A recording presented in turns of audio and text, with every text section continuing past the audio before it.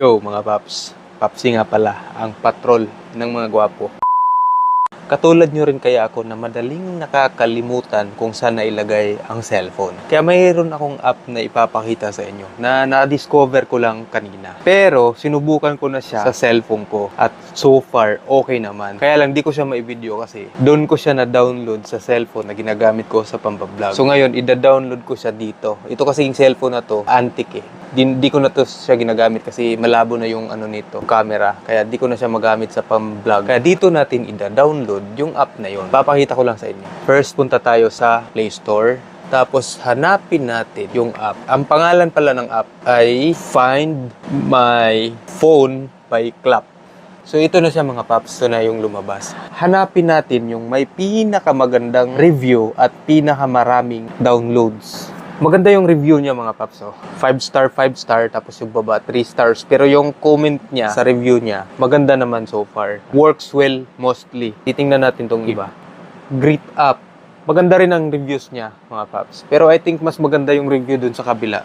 Kahit 5 million pa lang yung naka-download. Ayun yung ida-download natin. At yun din naman yung sinubukan ko kanina sa cellphone na to. Find My Phone Clap Whistle. Yun yung nakalagay sa Play Store. Ongoing na yung pag-download niya. Ayun, ito na siya. Na-download ko na. Ayan o. Binuksan ko na. Tapos may ilang mga language siya. So gagamitin natin yung English. Dapat pala mga paps, yung cellphone nyo hindi naka-silent mode. Set up na natin. Find your phone by voice passcode. Next, prevent pickpocket. Mga manduroko ba? Don't touch my phone. Yun yung mga features niya na pwede natin gamitin. Ewan ko lang kung libre. Pero yung na-try ko pa naman, yung yung Find My Phone by Clap. So, kailangan mong i-permit yung microphone, yung access ng microphone. Kasi pag nagka-clap ka, hindi na access yung microphone mo, hindi rin niya maririnig. Ayun. Allow.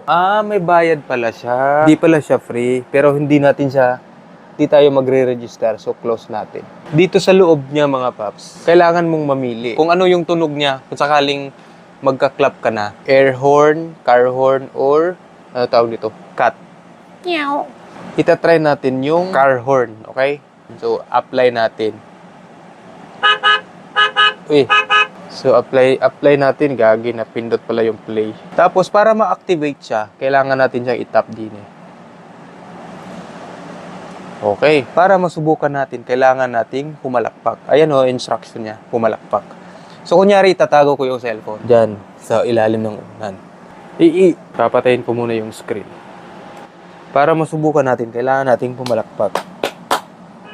Ayun na. Tumunog na siya. Dinig niyo ba? Natunog niya. Ayan o. Ito yung flash na. Ayan. Yan na yung magiging notification niya pag narinig niya yung palakpak. Iilaw yung flash at saka tutunog siya. Mawawala yan pag ayan o, nakalagay. Congratulations, you have found your phone. So, kailangan mo i-close para siya mamatay. Itatry natin yung whistle. Activated din siya mga paps. So, ngayon, papatayin natin yung screen tapos magpapalakpak tayo ulit.